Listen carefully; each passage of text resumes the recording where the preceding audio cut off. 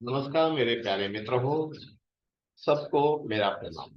मैं शिवाजी अंगर, ज्योतिष, vastu, numerology, graphology, mobile numerology, dowsing और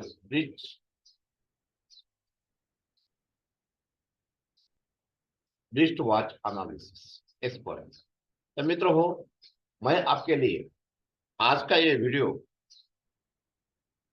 इसलिए लेके आया हूँ कि हमको पता नहीं चलता कि हमारी जिंदगी में हमें कौन सा रास्ता पकड़ने का है, हमें कौन से रास्ते के ऊपर जाना है।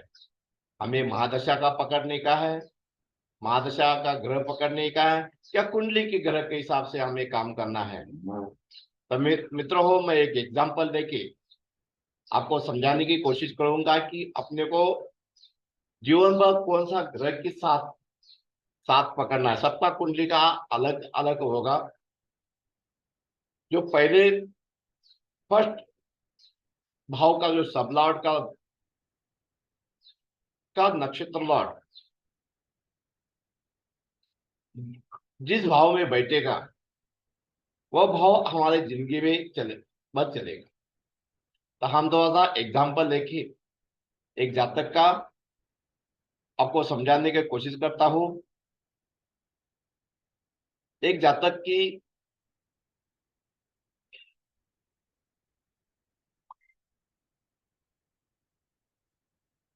एक कुंडली है। अपने को केपी से एक केपी को भावचलित कुंडली है। एक केपी में भावचलित कुंडली में तुला लग्न है। लग्न तुला है, तुला राशि की कुंडली है। तो इसमें हमें यह देखना है कि हमारा पहले भाव का सबलॉर्ड कौन है। तो कैसे देखेंगे वो, हम इस तरह से देखेंगे।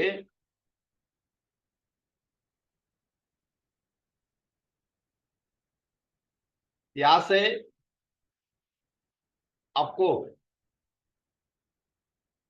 एक भाव है। ये आपको जो चार्ट दिख रहा है, ये जो चार्ट दिख रहा है, इसमें एक भाव से लेके 12 भाव के राशि लॉर्ड, नक्षत्र लॉर्ड, सब लॉर्ड और सब लॉर्ड दिए हैं। तो हमें पहले भाव का सब लॉर्ड लेना है, ये भाव का सब लॉर्ड लेना है। तो इसका जो सब लॉर्ड है स्टार लॉर्ड और सब जुपिटर ग्रह है। कौन सा? जुपिटर है। तो हमें अभी क्या देखना है, ये जुपिटर ग्रह कौन से नक्षत्र में बैठा है। तो हम प्लैनेट के स्क्लिप में जाएंगे। हमें प्लैनेट्स के क्लिप में जाएंगे तो हमें मालूम पड़ेगा ये जुपिटर। तो जुपिटर ये इसका टॉर्नर मतलब जुपिटर सन के नक्षत्र में बैठा है। ये सन, हमें ये मालूम पड़ गया जुपिटर सन के नक्षत्र में बैठा है। और एक बात अपने को याद देखना है कि जुपिटर किसका नक्षत्र स्वामी बन रहा है। मैं जुपिटर ग्रह टैलेंटेड है कि अनटैलेंटेड है। तो हम इसमें नक्षत्र लॉर्ड में देखेंगे कि कोई जुपिटर का आ रहा है क्या। सैटर्न, मरकुरी, वेनस, केतु, सन, सूर्य, सन, सैटर्न यानी विनस, मतलब जुपिटर कोई किसी का नक्षत्र लॉर्ड नहीं बना है। तो हमें गुरु और सन, ये दो ही ग्रह अपने लिए इंपॉर्टेंट हो जाएंगे। अगर जुपिटर किसी का नक्षत्र लॉर्ड बनता है तो हम जुपिटर को इस कुंडली में कंसल्ट नहीं करेंगे। लेकिन वो किसी का नक्षत्र लॉर्ड नहीं बना है, मतलब वो खुद के घर में रह रहा है, उसके घर में भावत्री नहीं है किसी के घर में। तो उसका जुपिटर और सन, ये दो ग्रह जिस भाव में बैठे हैं, वो ग्रह हमारे जिंदगी भर इस जातक के जिंदगी में चलेंगे। तो अभी वो हम देखते हैं कि चार्ट में जुपिटर किधर बैठा है देखिए, तीसरे भाव में बैठा है, और सूर्य दूसरे भाव में बैठा है। तो इस जातक के लिए दूसरा और तीसरा भाव वो जिंदगी भर साथ रहेगा। इसको हमेशा इस जातक के लिए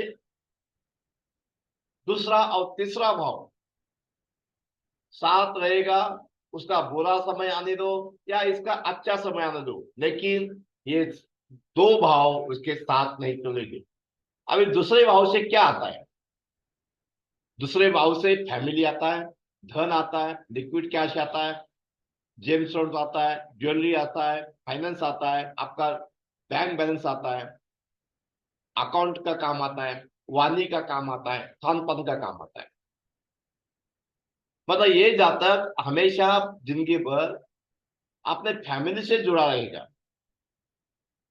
तो उसका फैमिली मतलब मदर फादर, बच्चे, औरत या पति, ये दूसरे भाव का कारक तत्व हो गया। अभी तीसरे भाव का कारक तत्व कौन सा है? जुपिटर तीसरे भाव में भी बैठा है। तो तीसरा भाव मतलब छोटे भाई बहन, छोटे प्रवास, मतलब communication, communication, net marketing, marketing, commission business, mass media, printing, writing,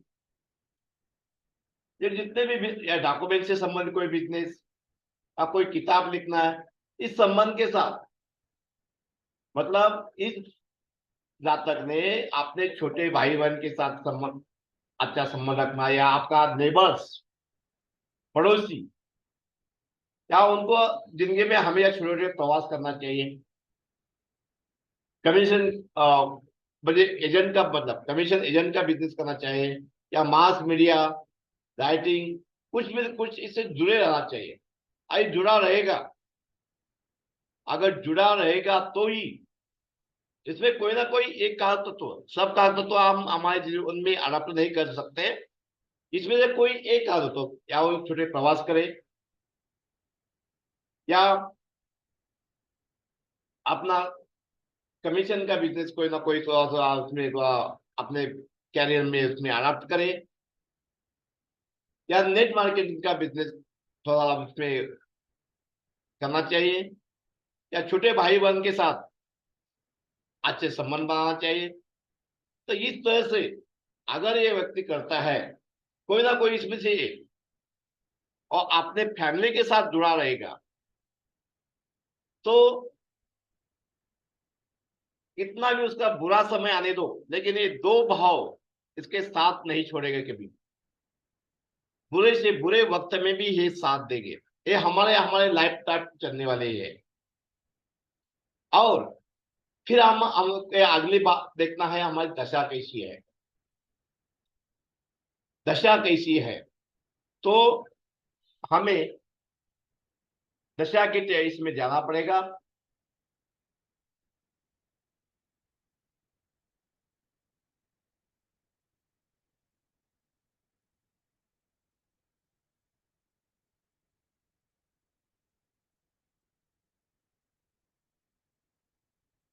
हमें दशा के टेबल में जाने के बाद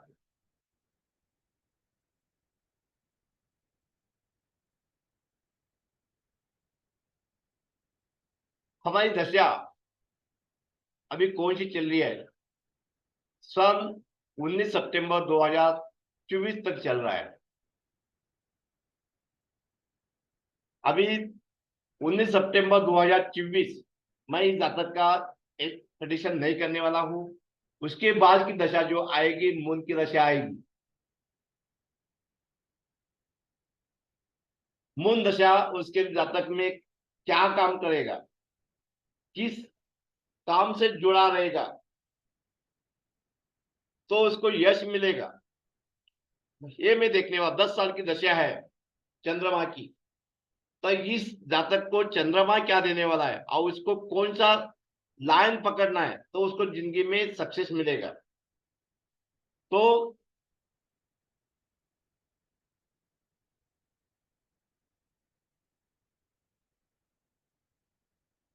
हमें चंद्रमा का जो नक्षत्र स्वामी है, चंद्रमा किस नक्षत्र में बैठा है वो देखेंगे। चंद्रमा देखो, इसमें एक मून राशि स्वामी और उसका नक्षत्र स्वामी सूर्य है। सूर्य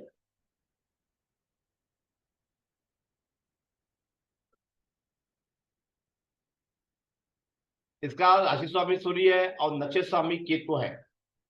तो हमें केतु के फल देखना है। अभी केतु का जो चार्ट बनेगा, केतु का केतु का जो चार्ट बनेगा वो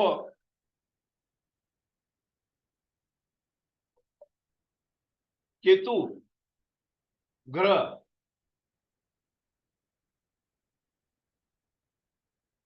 क्या क्या देगा जातक को।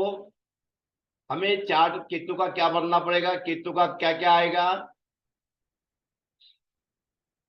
केतु दूसरा भाव, तीसरा भाव, चौथा भाव, पांचवा भाव, छठा भाव,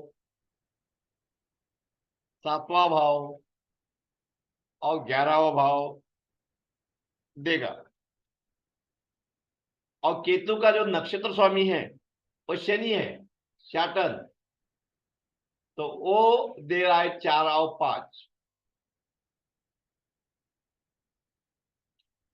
केतु किस भाव में बैठा है, 4 5 उसका यह है मतलब रिजल्ट। और इसका सबलॉट जो है वो 1 और 2 और 3 है।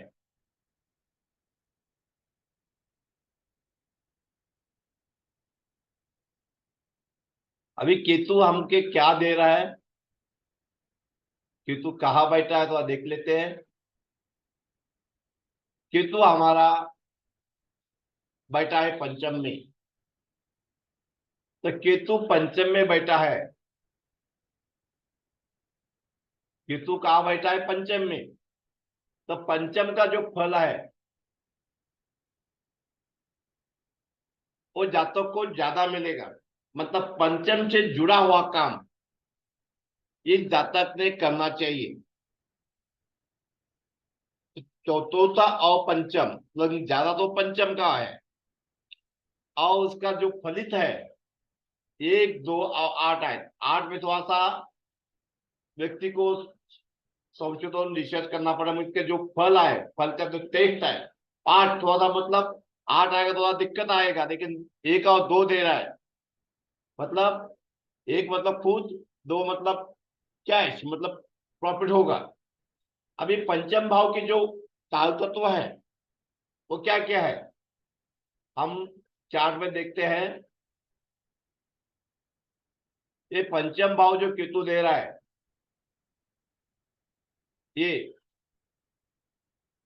इसमें आपका स्पोर्ट्स आता है, एक्टर आता है, शेयर मार्केट आता है, कंसल्टिंग आता है, चाइल्ड बच्चे ये आता है।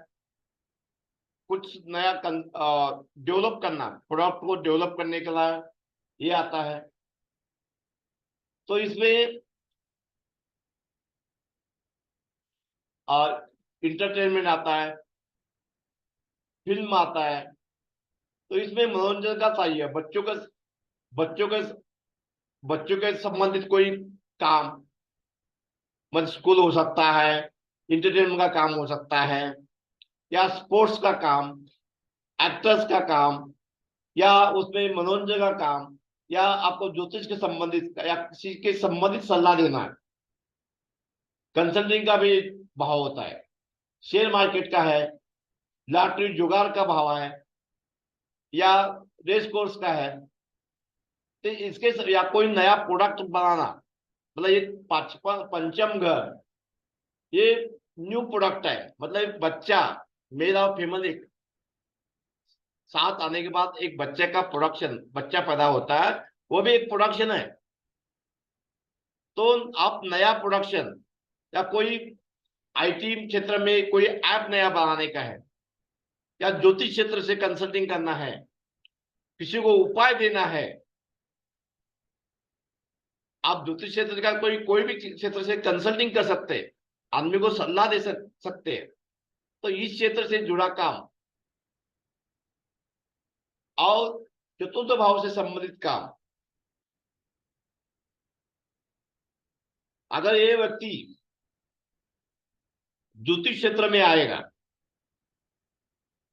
तो चतुर्थ भाव वास्तु का हो गया, या प्रॉपर्टी का हो गया, या वाहन के संबंधित हो गया, या हॉस्पिटल हो गया, या कोचिंग क्लासेस हो गया, ये माँ का भी भाव हो गया। तो इससे जुड़ा काम या पंचम से जुड़ा काम ये व्यक्ति से करने से इसको धन लाभ मिलेगा, इसको अच्छा बेनिफिट मिलेगा। अगर ये व्यक्ति पंचम और चतुर्थ भाव के संबंधित काम नहीं करेगा, समझो नहीं करता है, कोई आदमी ने सोचा कि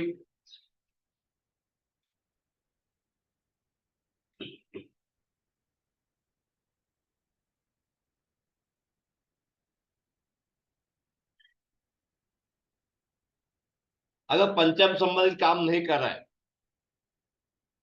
या चतुर्थ भाव के संबंधित काम नहीं कर रहा है, तो इसको जिंदगी में लॉस होना चालू हो जाएगा, आदमी को डिप्रेशन मिलेगा, इसको इतना उस काम में इंटरटेनमेंट नहीं मिलेगा, खुशी खुशी नहीं मिलेगी।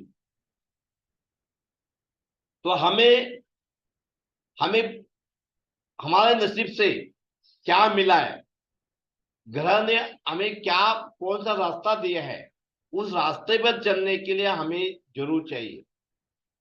ग्रहों के अपोजिट चलोगे तो हमारी एनर्जी ज्यादा वेस्ट होगी और हमें यश नहीं मिलेगा। ग्रह क्या कर रहे, प्लैनेट क्या बोल रहे, उसकी लैंग्वेज समझ के हमें हमारा जीवन का रास्ता तय करना है। अभी ये जातक के लिए चंद्र की दशा 10 साल के लिए है, तो 10 साल इसको चौथा और पांचवा भाव पकड़ के ही बिजनेस करना पड़ेगा या जॉब करना पड़ेगा, तभी ये यशस्वी व्यक्ति हो सकता है। इसको कैश मनी आएगा, उसकी प्रॉपर्टी होगी, नहीं तो फिर स्ट्रगल आएगा जीवन में। तो मित्रों, ऐसा ही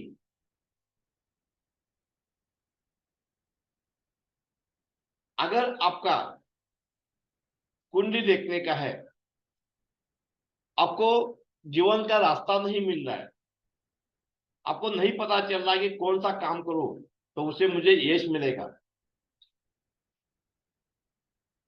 हमें समझो एक एग्जांपल देके मैं समझाता हूं हमारे ग्रह किस तरह से हमें काम सपोर्ट करते हैं। समझो मुझे ही या आपको एक नदी पार करना है, इस किनारे से उस किनारे में आपको जाना है, और नदी पूरा पानी भर, मतलब बारिश का टाइम है, पूरा बरसात का पानी नदी में फुल भर रहा है। तो आप समझो नदी पूरब से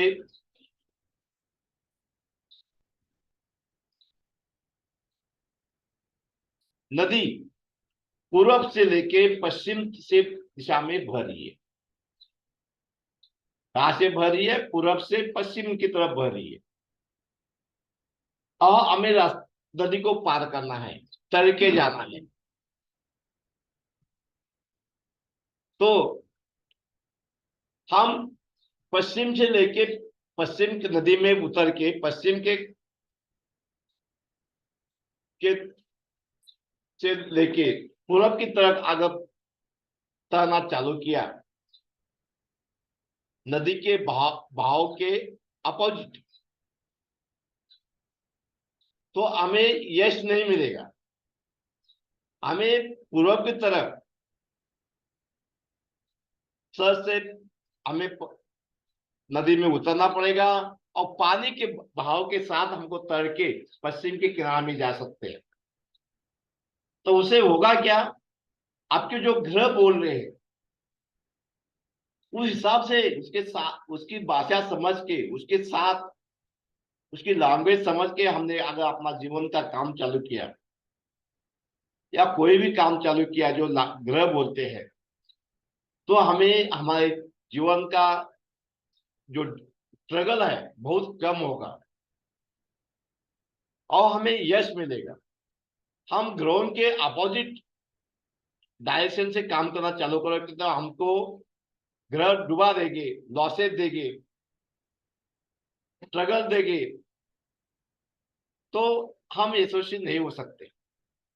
तो मित्रों, अगर आपको मेरे से वास्तु का कंसल्टिंग, वास्तु परीक्षण करके लेना है या कुंडली दिखना है या न्यूमरोलॉजी से परीक्षण लेना है, आपका नाम कौन से अंकों पर होना चाहिए या आपको कौन से अंक मिसिंग है उसकी क्या कैसी एनर्जी लानी है, आपका सिग्नेचर कैसा होना चाहिए या आपका मोबाइल नंबर कौन सा होना चाहिए, आपकी घड़ी जो पहनते हैं, आपकी घड़ी जो पहनते हैं वो कौन सी होनी चाहिए, कौन सा शेप होना चाहिए, कौन सा कलर होना चाहिए, हैंड कैसे होने चाहिए, बेल्ट कैसा होना चाहिए, आपका बिजनेस के हिसाब से, आपके जॉब के हिसाब से या आपके समस्या के हिसाब से। घड़ी भी बहुत काम करती है। अगर आपको शादी नहीं हो रही है तो शादी के लिए घड़ी अलग है। आपके घर में भी शादी की घड़ी लगाओगे तो आपका जल्दी शादी होगा और आपको खुद भी एक घड़ी पाना पड़ेगा कि आपको जल्दी शादी होने के लिए। वो घड़ी कौन सी होनी चाहिए? पिंक कलर की आपकी घड़ी होनी चाहिए। तो मित्रों, ये आपको बहुत बहुत हेल्प करेगी आपकी शादी करने में। इस तरह से आपकी सिग्नेचर अगर अच्छी है तो आपको यश देगी, अच्छी नहीं है तो आपको यश नहीं देगी। और आपका जो नाम है, आपका मूल्यांक और आपका भाग्यांक, मतलब आपके जन्म तारीख में जो जो जन्म तारीख, महीना और साल, उनका जोड़ने से घटाने से एक मूल्यांक निकलता है, एक भाग्यांक निकलता है। वो दो नंबर मित्रांक हो गए तो आपके जीवन में लैटरी लगी। अगर उसमें शत्रुत्व है तो आपको थोड़ा सा जीवन में स्ट्रगल करना पड़ेगा। फिर आपको नाम अगर योग्य अंक पे आपने सेट किया तो आपको उस स्ट्रगल को बहुत कम कर सकते, हद तक कम कर सकते हैं। तो मित्रों, आपको मेरा सलाह चाहिए तो मेरा नंबर आप नोट कीजिए, 9136755633। इस नंबर पर आप कॉल कीजिए। आपको वास्तु का परीक्षण करना है या आपका वास्तु का नकाशा बना के देना है, नया रिनोवेशन करना है या नया मकान बनाना है या कोई आपको वास्तु की तरफ से कोई प्रॉब्लम है, उसको उस फॉल्ट को निकालना है या आपकी कुंडली देखना है, कुंडली के हिसाब से आपके मतलब बच्चे की लाइन या आपकी शादी कब होने वाली है या आपके लड़की की शादी कब होनी होगी या आपके संतान कब होगी, आपका बिजनेस कौन सा आपको करना चाहिए, इस तरह कोई भी आया आपको घर नंबर कौन सा लेना चाहिए, मोबाइल नंबर कौन सा लेना चाहिए, गाड़ी नंबर कौन सी लेनी चाहिए, आपकी सिग्नेचर कैसी होनी चाहिए या आपका बैंक अकाउंट कौन सा होना चाहिए या आपका बैंक अकाउंट का पिन कोड कौन सा होना चाहिए, इस बारे में आपको सलाह चाहिए तो मुझे जरूर कॉल कीजिए। आपके फॉरेन कंट्री के क्लाइंट बढ़ाने हैं या आपको फॉरेन कंट्री जाना है तो अब उसके लिए कौन सी वॉच लगेगी, आपका वीजा मिलने के लिए या गवर्नमेंट से काम अटका है या आपका प्रमोशन नहीं मिल रहा है तो आपको कौन सी घड़ी बनाना पड़ेगा। तो मित्रों, मेरे चार्जेस बहुत कम अल्प फी में रहते हैं, तो आप जरूर कॉल कीजिए। मेरा नंबर मैं और रिपीट आगे पर दे रहा हूँ, आप देख के मुझे कॉल कीजिए। अभी तक अगर मेरे चैनल को आपने सब्सक्राइब नहीं किया है, सब्सक्राइब जरूर कीजिए, बेल आइकॉन का बटन जरूर दबाएं। ऐसे नए नए वीडियो में लेके आता हूँ। जो आपको ये ज्ञान मिले। मैं अभी मेरे वाणी को विराम देता हूँ। जय गुरुदेव दत्त। शुभ हो।